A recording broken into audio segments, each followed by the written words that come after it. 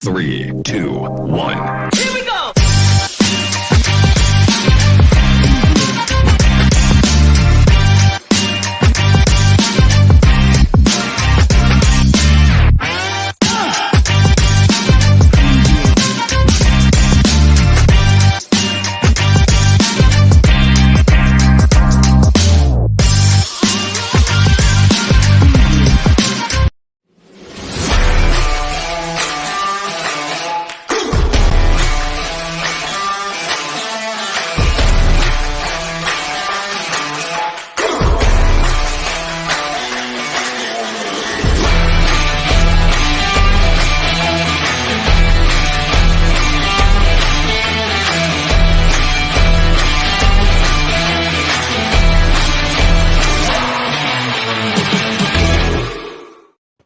Yes, I'm the confirmed winner of that battle. Thank you very much.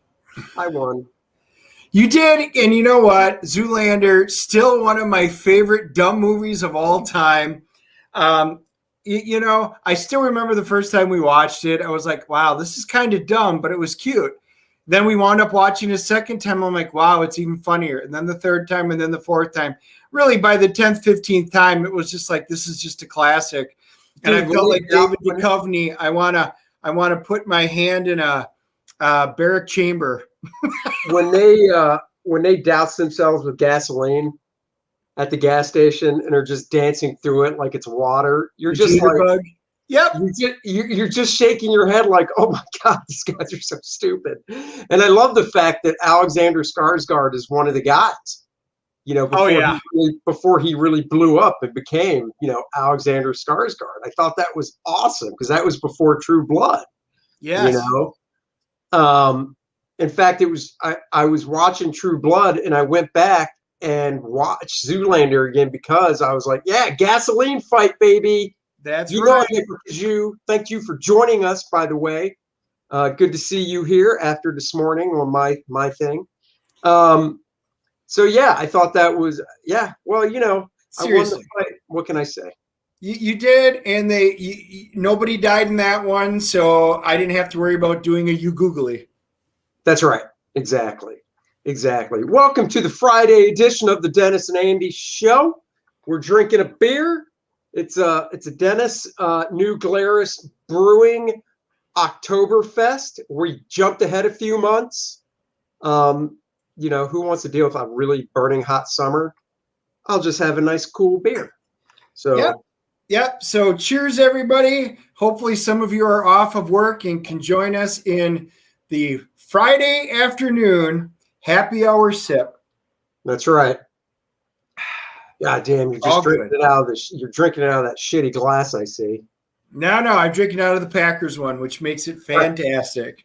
The shitty glass. I just literally said that. You don't have to repeat what I say. Wow, this is going to be a bad NFL season. So, Andy, what are we talking about today? We're going to talk about Superman and Lois. We're 2 weeks behind on that because last Friday we didn't do a show because we were heading into Memorial Day, and I was out of town. We're going to talk about oh, look at that. This guy knows the beer. New Glarus is great stuff. I live in Iowa and drive to Wisconsin to get some. That is right. We're going to be up there in a few weeks. We're going to be heading to New Glarus. So I'll be bringing some Spotted Cow, and we'll see if they've got any good box. But yeah, this is the Oktoberfest special. So yeah, it is worth the drive. Everybody knows I like the dark stuff, but you know what? Everybody I know loves the New Glarus beer. Go Swiss. You know, I hear that the pickings are so slim in Iowa for other things that men drive to Wisconsin to get stuff as well. Whoa, that's the birthplace of James T. Kirk. Now you take that back. I'm just saying, hey, you know, Midwestern women. Anyhow, we're going to be talking about Superman, Lois. Jupiter's Legacy getting shit canned after one season. Oh. We'll just save it. And it's been making its way around. And I know people want to know what we think about it. So we will also be talking about Sandman Casting and Neil Gaiman making some dumb backtracking ass comments. Hyper you, I don't know what you're talking about. I rarely know what I'm talking about. My wife isn't from the Midwest, so maybe you're onto something. Oh my. Well, just so saying. you know, I am from Wisconsin and I married, yes, not only a girl from Wisconsin, but she was a farmer. I married a Midwest farmer's daughter's girl. But so you yes, understand. Beach Boys, we're talking about me. You understand there's always the needle in the haystack. Always. That's right. And she found me. That is right. She found the needle in this haystack. She married up. I get what you're saying. Okay. Well, she can't hear you, and she definitely can't hear me. So no problem. So let's dive right in with Superman and Lois. We're 2 weeks behind.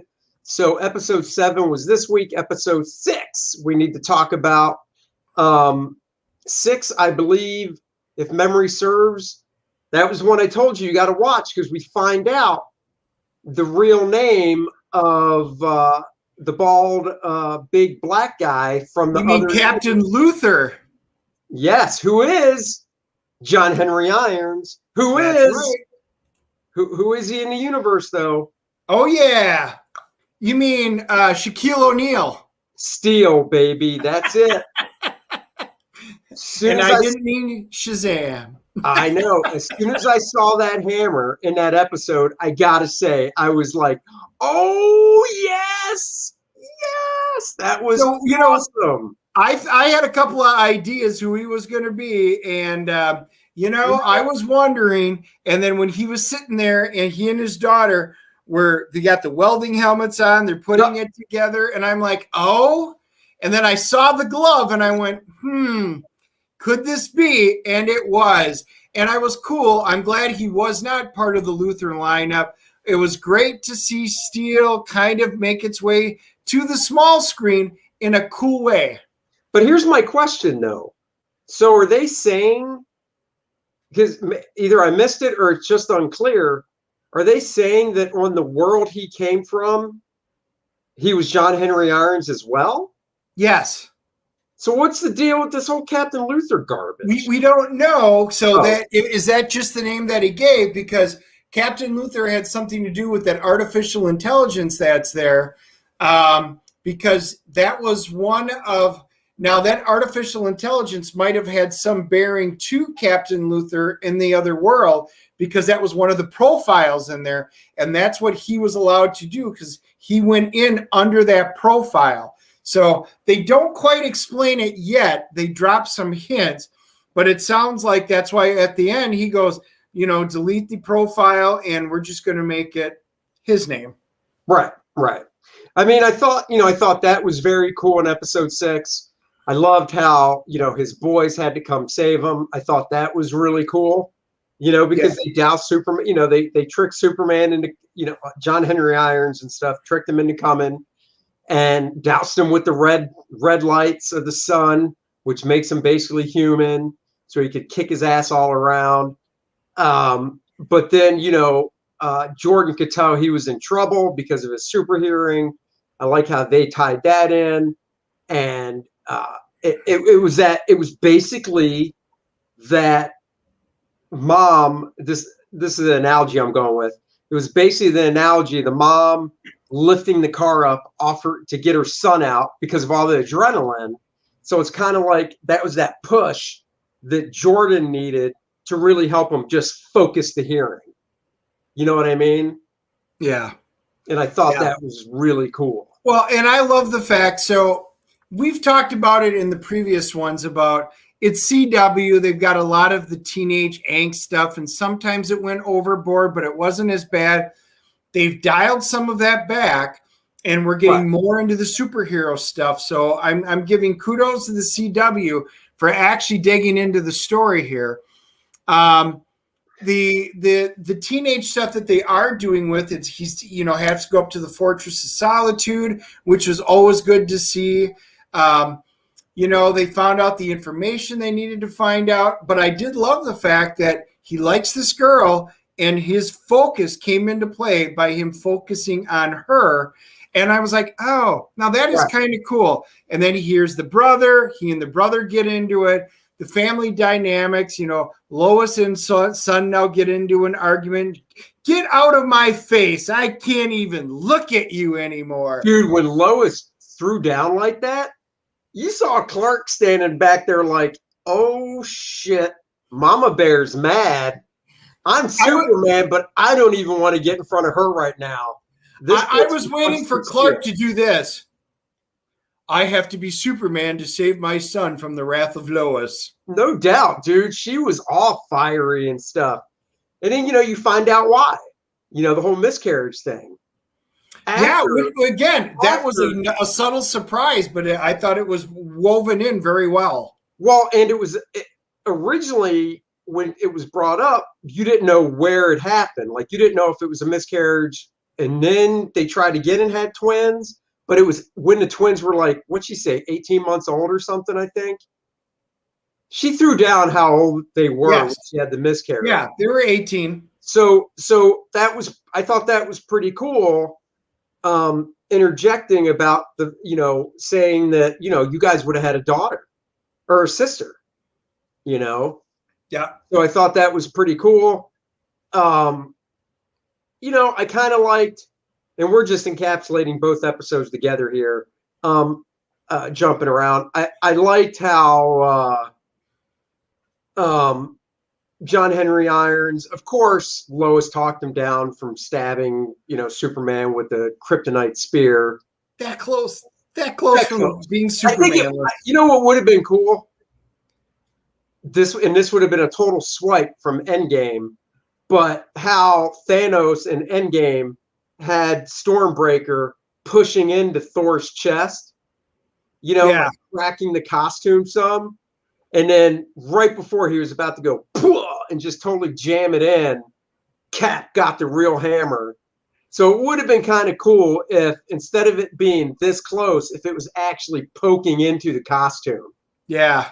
Just a little bit, maybe even drawing just a little blood, Yep. That could have been cool. So, and I did like how they advanced, and you're right, we're just going to treat these two because some of the ones were independent and standalone stories. These two episodes, actually, it was almost like it was one big woven story. Right. So I love the fact that, we find out not only, who Jeremy Iron is, that, we got Steel. We find out the history. We're finding out about the fact that Morganton Edge actually is putting this army together, and they're filling in some of the pieces about why Superman destroyed the other Earth with all these other Kryptonians and how it's coming into play, which is tying in with the Kryptonite X. We now see another member of the military, which was a trusted member. He had powers, and that was really cool. And he took out the great big huge guy, and you didn't see him killed, but they go, yeah, he's dead now. He was the torturing guy. So they are doing a good job of filling in the pieces now. That dude that he took out was like basketball NBA player tall.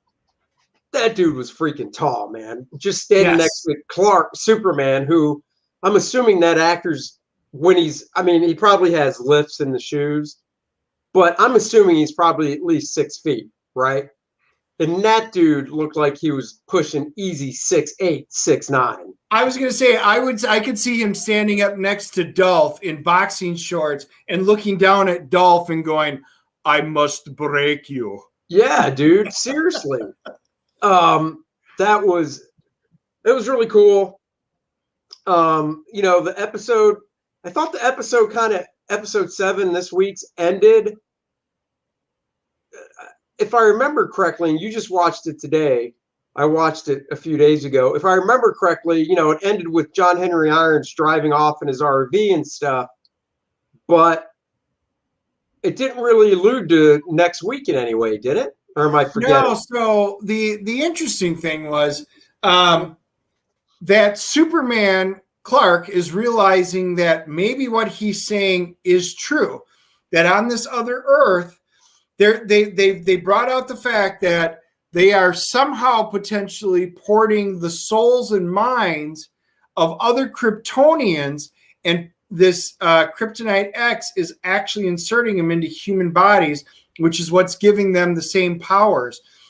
So, Superman's realizing that he's not crazy. He might be going about it wrong, but they're now putting forward their trust with each other. Same thing with Lois. Superman's like, tell you what, I kind of believe you.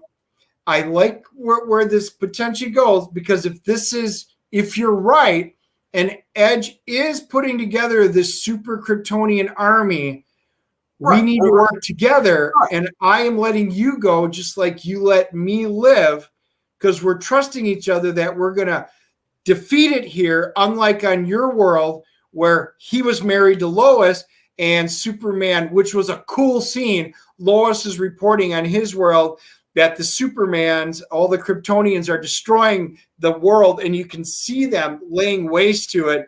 And then he floats up right behind Lois, eye beams out, and utterly disintegrates her. It was cool.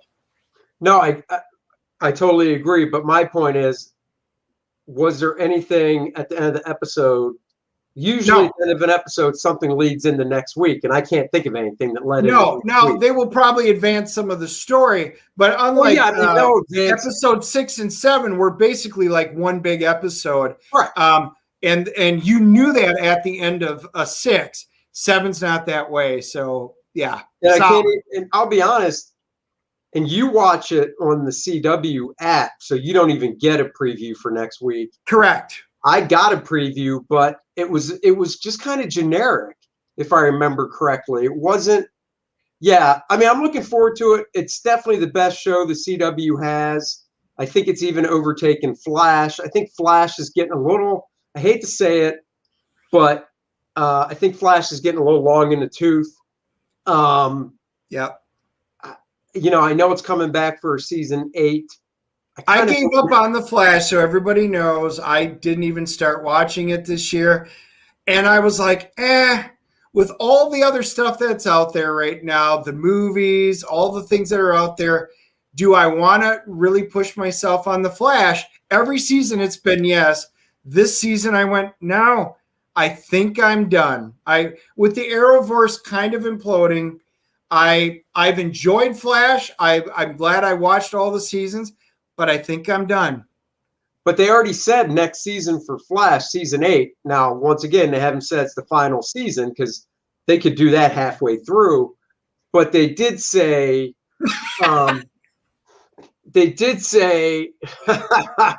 dude, I'll tell you that after I finish this thought. Flash, I believe next season it comes back in November, and it's actually starting off with the big crossover. Oh, I may go back and watch the crossover, because I've enjoyed every crossover that they've done. But honestly, will it bring me back into Flash for another season? I don't know. It'd have to be something really special for me to do that. So I can't say yes or no. To answer Hyper Kaiju, I watched the beginning of Ruby's run on it, and let's just say no. I would rather go out and watch my grass grow. I was so thoroughly uninterested. And then I watched, the new actresses in. I'm like, will the actress do it if it's the same writing? No. I mean, it's so bad that I would rather watch the Cowboys play. You mother! I cannot. I honestly can't believe you said that. So my thought is that see, you talk that smack, you go on a timeout, Dennis. See, this is what happens when you have too much power. I think I would rather be waterboarded. I agree. So my take on it, I think when the first season was condensed, so I think it was 13, not 22 episodes. I didn't make it through. I made it through more than half. I couldn't stand Ruby Rose. And now I've seen her in other things that I like her in. So I'm not saying I don't like her as an actress. I don't like her as Batwoman. I don't know if it's because of the directing, because once again, I've had some experience with acting and stuff, and a lot of times you'll see an actor that you really like in a role and go, that was awful. And it's because the director's like, ooh, play it this way, So I don't know if that was the case with Ruby Rose and Batwoman, but I thought it was bad. And I'll be honest, the whole lesbian thing, I'm just tired of it because it just seems so pandering now and forced in. It doesn't seem natural, because if it was natural, to me, it wouldn't even be brought up, because here's the thing. When I meet people and, I have gay friends, and when I meet them, it's not like when I first met them, they were like, oh, hi, I'm blah, blah, blah. I'm gay. You know what I mean? They don't, it's not something you announce, It's just at some point or another, it came out with my friends, no pun intended, but it's just not like, boom, here it is. Right. And I just think it's just so, because we don't. Now, she was great in John Wick. I loved her character in John Wick. And just to give you an idea, Andy and I were, before the show, we were talking a little bit about Lord of the Rings. Well, wait, real quick. She was in the Meg, wasn't she? I want to say Ruby Rose was in Meg. The Meg. I remember going to the movie and watching it, but I don't remember her in it. She could be. I'm drawing a blank on her on that one. So, dude, don't know. I know where you're going, but let me finish my take on Batwoman before we switch gears to what you're talking. So then, she leaves the show. They hire this other actress, this black actress, who I thought was just gorgeous. I think she's gorgeous. Like, my thing with Ruby Rose is I think she can play the tough character. Like, I can never see Ruby Rose in a romantic comedy, right? I just can't see it. But because she plays a badass, Yeah. But this other actress they brought in, the black woman, she was hot. I was like, all right, this chick's going to fill this costume out nice. I just thought the story was just stupid. I thought it was so stupid and contrived of how she got the suit. And then, boom, she puts it on. One, that it fits. Two, that, oh, look, she knows how to kick ass. It was garbage. So no, I did not. It's almost like gay and lesbian people are just like everyone else and not just defined by their sexual preferences. What a concept. Exactly. So just FYI, Ruby Rose was in the Meg. Of course, I looked it up. And I remember Jason and Rainn Wilson and stuff. Oh, yeah. And then Masioka, because, I loved him from Heroes. And yeah, she was. I totally don't remember her character in there. I like her. She was good. She had some lighter moments in it. She still played a tough girl because that is what she's going to be cast as. Correct. But and that's what she has been cast as, and rightfully so. She's got that persona. But she's got a good sense, at least in the Meg, and because John Wick, she didn't really talk much. In the Meg, though, she dropped a couple one-liners and things like that, who knows how many takes they did, but they came across natural and funny, that tough person, that tough persona. So I like her. I just thought it was shitty Batwoman, and the writing in Batwoman was just shitty. Right, and she wasn't used to, they said it's because she wasn't used to shooting, a TV series versus a movie, and she didn't want to do it, whatever. So to me, that sounds like a lot of infighting and stuff like that. But you don't hire somebody because of their sexual orientation. You hire somebody if they're going to be good for that character or not. Ian McKellen was the prime example, because obviously you guys have been hearing about potentially the big fights that are going on and all the name slinging from the One Ring, saying that fans are toxic and using him as it because he's gay, and that somebody said he was a terrible Gandalf because of it. And actually, which is really weird, because I don't know anybody, regardless of his sexual orientation. Ian McKellen was not only a fabulous Magneto, he was absolutely, I couldn't pick anybody to be a better Gandalf. Gandalf the Gray, Gandalf the White, it doesn't matter. that whole thing is contrived nonsense of calling people's names that disagree with a particular opinion point. Don't know how we're kind of getting way off topic on this, but anyway, I didn't enjoy that first season, and I quit, not because she's a bad actress, not because of anything else.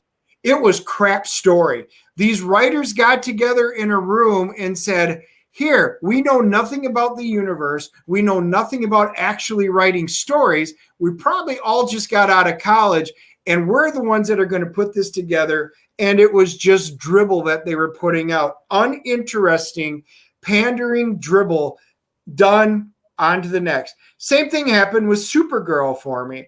First season I enjoyed. Callista Flockhart, I loved Callista Flockhart. During shooting Lisa, I really thought I should have been Gandalf. You know what? Funny. He also, he obviously got to play a fantastic role in it, but that is kind of funny. That is kind of funny. Well, that's kind of like now Christopher Lee, I have no idea if behind the scenes he auditioned for Gandalf and they said, nope, but how about this? But, Sebastian Stan auditioned for Captain America. And they said, no, but how about this? And Loki, Tom Hiddleston auditioned for Thor. And they said, no, but how about this? Yeah. And it's picking the right people for the right parts. Well, it's funny because little known fact, I don't like to brag, but I was up for the lead role in Baywatch. And then this little known actor named The Rock got it. And I was like, you know what? I got comics to draw. You can have it. And it saved me a lot of time having to go to the gym because Baywatch. Oh, I thought you were talking the real Baywatch because everybody knows the Hoff is really Baywatch. Please. Come on. Seriously, now. David Hasselhoff. He knows. That was bigamy. I know. Yeah. Well, he was miscast. If you watch Zoolander, this Andy Smith guy tried taking over the role from Owen Wilson, and he just didn't pull it off.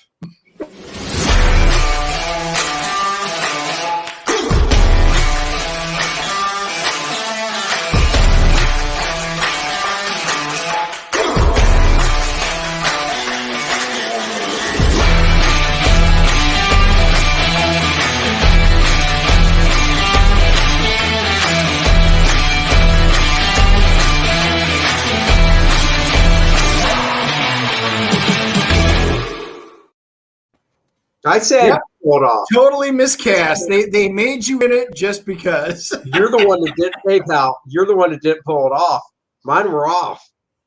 So just so you guys know, I made the thing, and you know who I did. I, of course, fill out Ben Stiller's face very well. You, of course, are just a hairless version of Owen Wilson. So it just made perfect sense. It did. In real life, I could do that. I could go monk. What? That's what they called it. He's going monk. Oh, I don't remember. I can see that. It's like we're going to have a Zoolander viewing party. I know. But anyway, we're getting back to Supergirl. Supergirl, you're right. I gave up after season 2 because season 1 was so well done. Callista Flockhart, her character, I love the way what Kat did. I liked how they put it together. And then they were like, here, new writing staff, we're going to completely change directions and we're going to go off on there and we're going to focus 75% of the storylines along these things. And I'm like, but that's not what I tune in to watch. I can literally watch anything else on TV. I want to see superhero stuff. That show went so woke when Linda Carter, wait, is that right? Wonder Woman, the original Wonder Woman. Yeah, what about it? She comes in as the president, and they put out this whole, aliens are welcome. We won't ever turn away aliens, which was just such a shot at Trump and the border. And then, of course, they do a whole episode. They did a whole fucking episode of Supergirl about not using guns, basically. Yeah. And in whatever I don't remember the name of the defense force that the Martian Manhunter dude worked with, whatever they Yeah. called it, but they took away all their guns Yeah. because we don't need them. And I'm just like, oh my god, this is ridiculous. And it was all lining up exactly with what was happening in politics. Like, Right. if it wasn't lining up with what was happening in the real world, I might not have even really tuned in that much. Not literally tuned into the show, but tuned into what they were doing. But because it was paralleled with illegal aliens crossing the border and gun control and all that, I was just like, this is ridiculous. This is not what I'm tuning in for. And yeah, I was out. Supergirl. Yeah, I checked out. I said, let it go. I know most of us did. Now, obviously, there were enough people there where 6 seasons worth, but I couldn't go back. I could care less. Yeah. So anyway, that's been kind of CW's MO. So I will still give them kudos. Superman and Lois has been a great show. I'm going to do a CGC rating of these 2 episodes in one. This was a solid 8.0. I thoroughly enjoyed what they did with this. They didn't throw all the woke garbage into it. They put together a solid story. The special effects were decent. The history and what they're building in there all makes sense. There was nothing contrived about it. This was solid writing for a TV show. And, they're making the best use with the budget that they've got on it. So I'm doing an 8.0 for the 2 episodes. Keep it up, guys. I would like to see this come back for another season because this is good superhero stuff. It's solid. Well, as far as I know, it is coming back, and I'm right there with you. I give it an 8.0 as well. I really enjoyed it. I'm looking forward to next week. I don't know how many episodes are left. They haven't done that. There was only 2 left, so I don't know. But, I mean, we're getting into June. I can't imagine there being that many more. Well, if we're assuming it was a 50-50 split, they had 5 episodes going into the first half and maybe another 5. So we're probably about 70% done maybe, but I haven't seen them, I didn't see them announce how many. I could imagine 13. 13, when they don't do a full 22 run, they usually go 13. So we'll see. Anyhow, switching gears, let's talk a little, real quick, this isn't a long one, but man, get hit in the face like the coyote chasing a roadrunner running into that wall that he painted like a dumbass. Jupiter's Legacy, shit canned, all the cast members released from their contracts. I did not see that coming. I've only talked to one person. Now, I haven't talked to a ton, but everybody I've talked to liked it except for one person, and this person is pretty particular anyhow. So when he said he didn't like it, I wasn't like, oh, that's shocking, So I was really amazed, especially with the ending being such a cliffhanger that they shit canned it. Yep. I was very, very surprised. I'm kind of disappointed.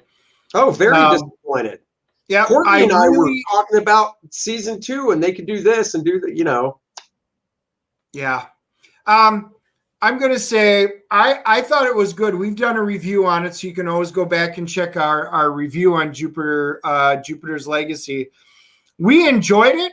I mean, it wasn't a home run, but it was a good, solid show. And I'm just looking it up right now. I always love to see Rotten Tomatoes. Not that they're the final word, but the critics hated it. They gave it a 38%. So no way. Hollywood's not going to like it. Really? The audience gave it a 72%. So they are dead in line with what you and I rated the show. We both enjoyed it. For them having to de-age and then age characters, some of their white hair looked a little funky, and we talked about that. But, I mean, it was a smaller budget show. I think they did a good job and made the most of it. I thought the story was enjoyable. It was solid. If this would have been like the 3rd or 4th season, I could have said, yeah, they could have done a little more. But this was the opening salvo, the first season. You're getting introduced to the characters. It was a nice journey trying to figure out how did these people get powers and why is everything different? How are their kids affected? I thought they explored that very well throughout the short season. So I was very much looking forward to seeing what was going to happen if they were going to continue to follow the comics, the trades. And this came out of nowhere in my mind because we were all expecting a season 2. Yeah. So sad news. I guess in the Millerverse, they're going to be doing Super Crooks, which is another series. And I think Super Crooks is the only series of Mark Miller's stuff I did not read, which is shocking in a way because one of my favorite artists, Linnell Francis Yu, drew it. I don't know, something about it, I guess. Maybe when it came out at the time, maybe I was buying too much other stuff. I don't remember, but I know for a fact I didn't read Super Crooks. So, anyhow, that's that. Let's move on to the big fun stuff. We've got Sandman casting stuff. So Sandman, the movie, or not the movie, but the TV show, they released a casting announcement for it. We'll actually show, I'll just click over real fast. So here's the cast for it. So Kirby Howell Baptistus, whatever, plays Death. And so everybody knows, if you were confused, she likes to go by she and her. Mason Alexander Park is Desire. They go by they and them. So they obviously have multiple personality disorder because how can one person go by they or them? That's plural. Donna Preston, Despair, she, her. Razan Jamal, Lita Hall, she, her. Jolie Richardson, who I absolutely love as an actress, plays Ethel Cripps, she, her. Neema Walsh is young Ethel Cripps, she, her. She's hot. Just thought I'd throw that in there because, I know you guys like to know what I think of people. David Thewlis is John D. He, him. He's handsome. See? I'm not just talking about the ladies. Kaio Ra. Dude, that name sounds like she's from Krypton, doesn't it? It is. That would be a Kryptonian name. She's Rose Walker, she, her. Patton Oswalt, a stand-up comedian and very avid on Twitter. MODOK? He plays Matthew the Raven, he, him. Yeah, a.k.a. MODOK. Yep, MODOK. Stephen Fry's Gilbert, he, him. Jenna Coleman is Joanna Constantine, she, her. And Sandra James Young is Unity Kincaid, she, her. I'm so glad that everybody got to show their pronouns because one person had to make sure that they were identified as they, them. Because I know that if this exact same thing was out and none of those pronouns were below their name, the whole time I looked at this, I would have stayed up. I'm not kidding. I would have stayed up all night trying to figure out how each one of these people identifies. So I'm so glad that everybody's normal except for they, them, who is a schizophreniac because they want to identify as two people.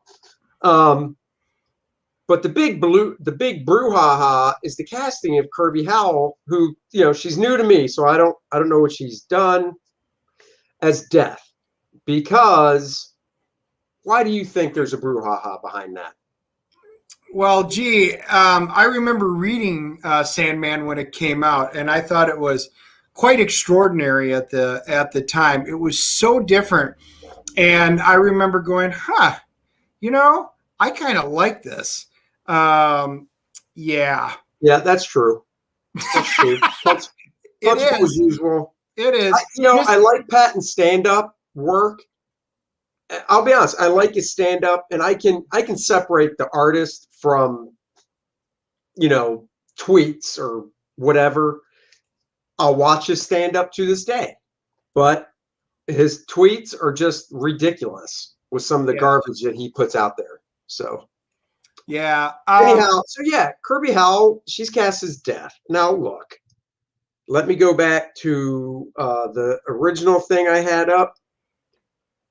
Death was created, Neil Gaiman, and yep, you got it. Got to separate the art from the artist sometimes, especially nowadays. It's true.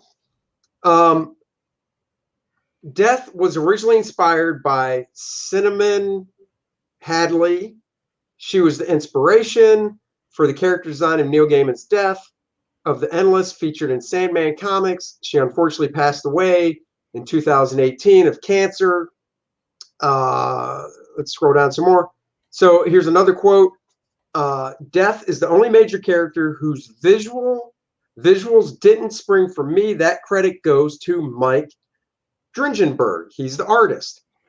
In my original Sandman outline, I suggested Death looked like rock star Nico in 1968 with the perfect cheekbones and perfect face she has on the cover of her Chelsea Girl album. Now, I admit I'm not familiar with that at all. I don't even know who that is. But Mike Dringenberg had his own ideas. So he sent me a drawing based on a woman he knew named Cinnamon Hadley. The drawing that was later printed in Sandman 11. I looked at it and had the immediate reaction of, wow, that's really cool. Later that day, Dave McKean and I went to dinner in Chelsea. And the waitress who served us was a kind of vision. She was American, had long black hair, was dressed entirely in black jeans, t-shirt, etc. Wore a big silver ankh on a silver necklace, and she looked exactly like Mike Dringenberg's drawing of Death. That is a quote from Neil Gaiman.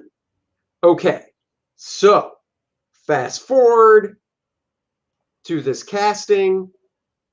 Let me see. I want to get these in the right order. So this is from Neil Gaiman when Cinnamon sadly passed away.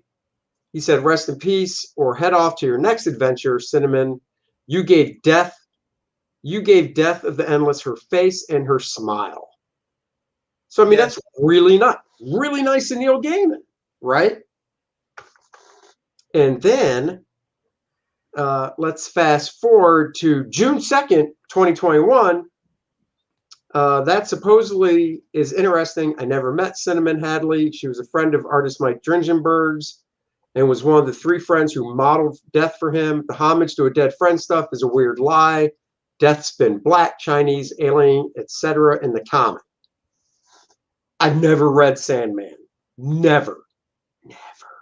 Not because it's just not my cup of tea. But I know this much.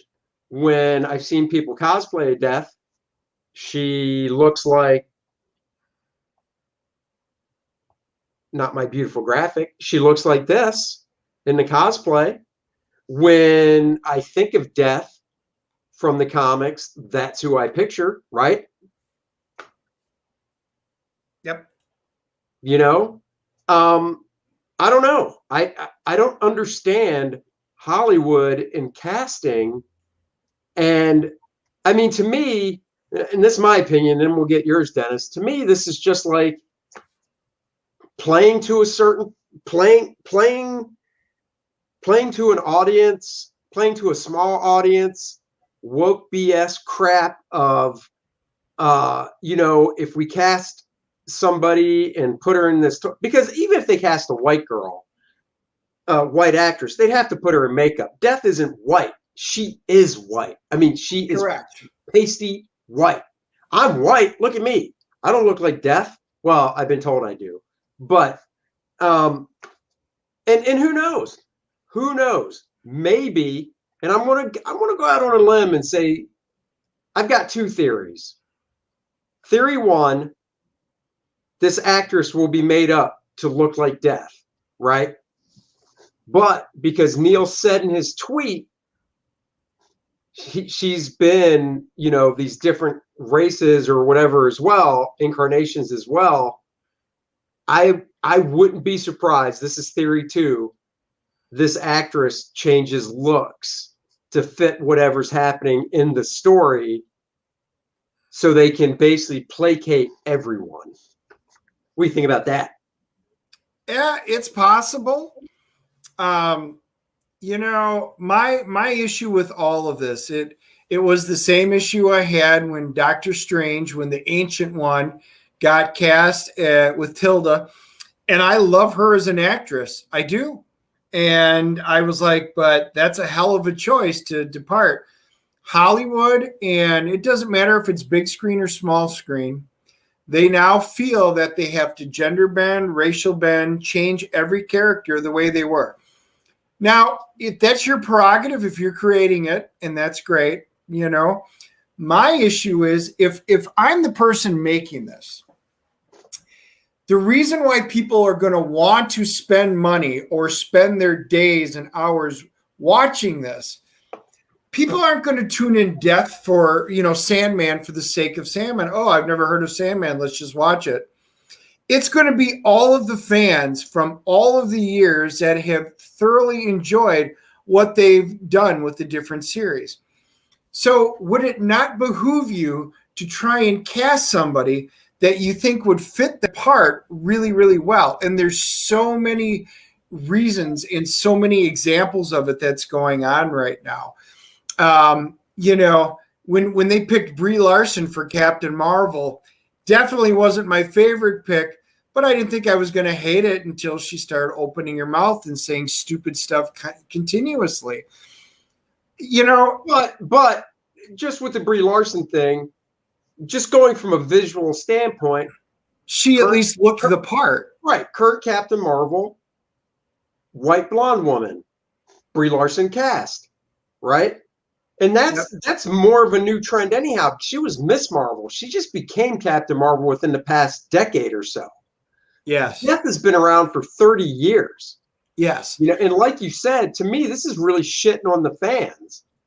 You know, it is. Well, and then when fans brought it up, but all the tweets that I saw, the fans were very respectful and they questioned it. And then Neil kind of went off and, you know, basically shit on the fans. And again, it's like everything else right now. It's what we just went through with 3 movies of Star Wars. Just because you question something, you're suddenly racist, homophobic, xenophobic. You're Hitler, you're a Nazi, all because you disagree with what they're doing. Well, look at this on screen. This is from Neil Gaiman in February 2020. So we're only talking a year and a couple months ago. Yep. In Death, her image will likely cement that particular version of Death, the character, as the one most probably to be used in any future adaptation in other media. Correct. And certainly the Goths would be disappointed otherwise. He wrote, Cinnamon was one of the nicest people I've ever known. Everyone took an immediate liking toward her. Yes. And then you fast forward to this June 2nd, 2021 tripe where he's like, oh, Death has been other things. It doesn't matter, which is basically him going, oh, wait, I'm getting this nice big check from Netflix. Oh, Death can be anything you want. You know, yep. it's like the Black Superman thing. Right. I don't give a shit if there's a Black Superman as long as it's not Clark Kent. It's all about the money. Netflix walked up and said, here's some $100 bills there, Neil. And, oh, yeah, do whatever you want. He's placating. And, you know, he was always the type of a person that I would have assumed would have stuck to his guns about his creation. Right. Exactly what I was thinking. Alan Moore, you know, and obviously we don't know what's going to happen in the future, but you look at Watchmen and Alan Moore wants nothing to do with it. They tried cutting him a check for the movie and he was like, keep it. I don't want it. Yep. You know, it's not mine. It's not my Watchmen. Yeah. He's like, no. And, you know, and DC was basically like, look, after, you know, once we stop printing it, it all revert back to you. And that's why DC puts out Watchmen stuff on the regular, because as long as they do that, it doesn't go back to Alan. And it's just a two-faced thing. It's this stupid effing casting, because I'm willing to bet if Neil Gaiman stood his ground and said, said, look, you cast this character and I want this character to look like she looks in the comics. You do that. I bet they would have done it. I bet they would have done it. She is the focal point of the series. So from his perspective, you should want it to succeed, which means you want it to appeal to as big of and broad of an audience as you can possibly get. But no, we're not going to do that. We are going to go a completely different way and pander to a small minority. So I'm just going to say it this way. You can agree or disagree with me, and that's cool. That's why we're here. We all don't agree on things. When I heard Sandman was coming out, I'm like, wow, I can't wait to see what they're going to do with this. This will be cool. I can't wait to see her on the screen. And I've already had pictured what she was going to look like because she is so iconic. And so yes. Now with all of the shit going down and all of the name pointing and all of the garbage that's going on, I'm already done with it. I don't give a crap anymore. I will not watch it and I won't be reviewing it because I'm already done with it.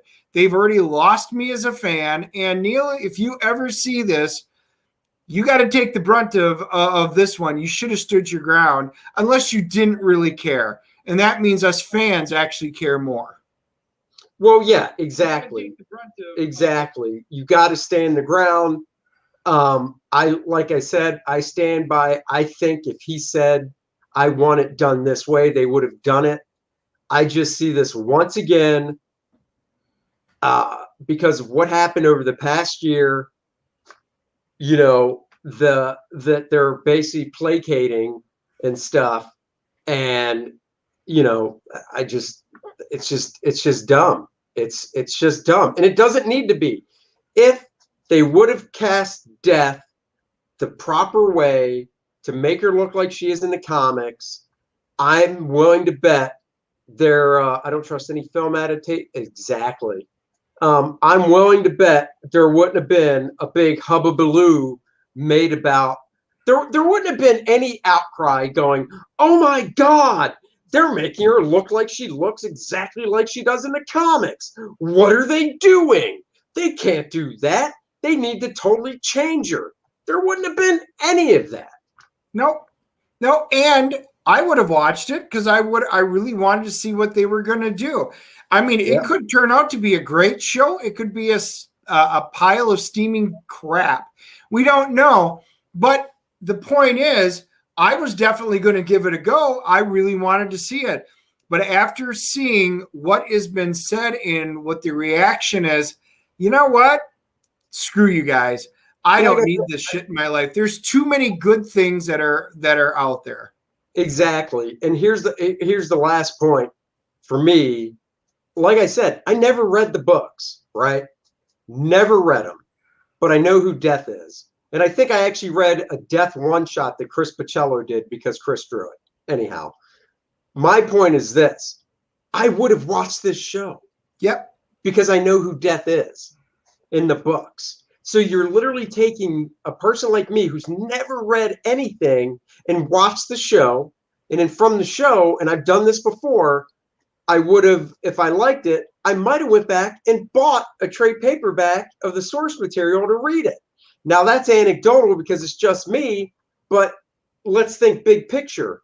There's got to be more than just me out there that are in common with me that have never read it but know who Death is, that would have tuned in, that might have went back and bought the books. Now you're taking that segment and you're going, you lost them.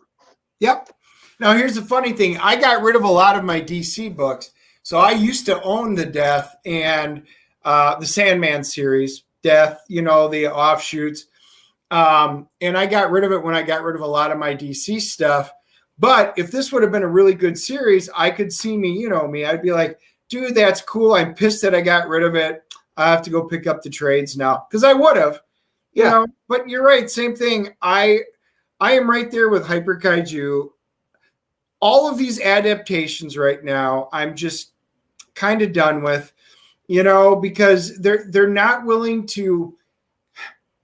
If they were good material in the first place, why not stick to the basis of the good material? Because that's where your fan base is, and that's who's going to spend the money. if the material is so damn popular that it's got a TV show or a movie, why are you changing it? What's that old saying? If it ain't broke, don't fix it. I never even knew Amazon had a Conan series. Yep, I'm right there with you. I am glad too, because it would have been crap. Because did they cast somebody or no? What? Did they cast somebody for Conan or no?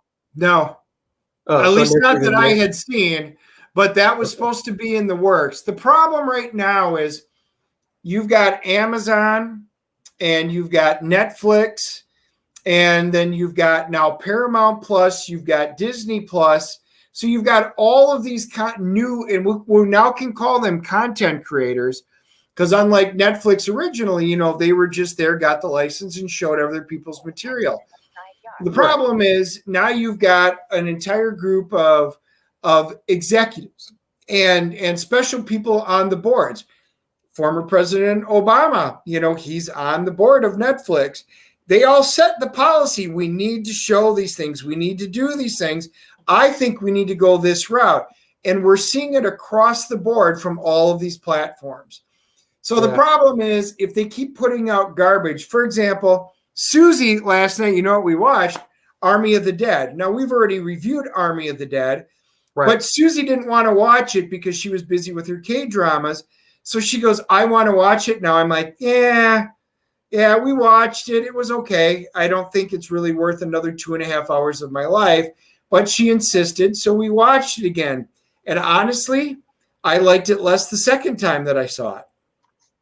She goes, wow, I finished it. She goes, I thought this was going to be good. She goes, this was kind of a waste of my time. I'm like, I told you it kind of was, but that is what Netflix does. Anyway. I don't want to rant because it's just frustrating.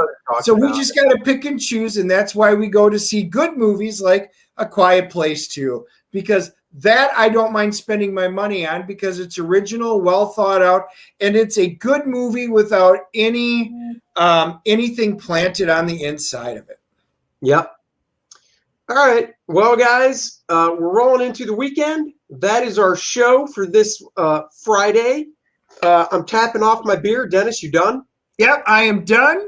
Everybody, if you haven't subscribed yet, make sure you subscribe to the Dennis and Andy Show. Hit the like button. We love comments, but we definitely want you guys to come back. We typically do 3 shows. Our Monday show is many times an interview show. Our Wednesday is new comics and great stuff. So Monday, I've talked to somebody. It's not a firm commitment because of other scheduling stuff with them. Yeah, I'm not going to drop who it is. So hopefully we'll have this guest on Monday. If we don't, Dennis and I will just come on here and talk comics and crap. Mainly comics. Crap isn't very exciting. Exactly. So hopefully we'll have this guest. If not, we'll see. You'll know come Sunday because that's when I'll get the promo going. Yeah, so, I was going to say I just uploaded. I just did a full hashtag full review of the Chariot miniseries from AWA, the Upshot Comics. So I just uploaded the full review of that. I'm going to be doing Moths tonight. I did a quick flip of it, and now I'm going to be doing the full review of that one yet tonight. I like it. Come for the comics, stay for the crap. I bring the crap, Dennis brings the comics. That's usually the way it works. Exactly. So until next time, guys, we will catch you later. And until next time, bye-bye, everybody. Bye, everybody.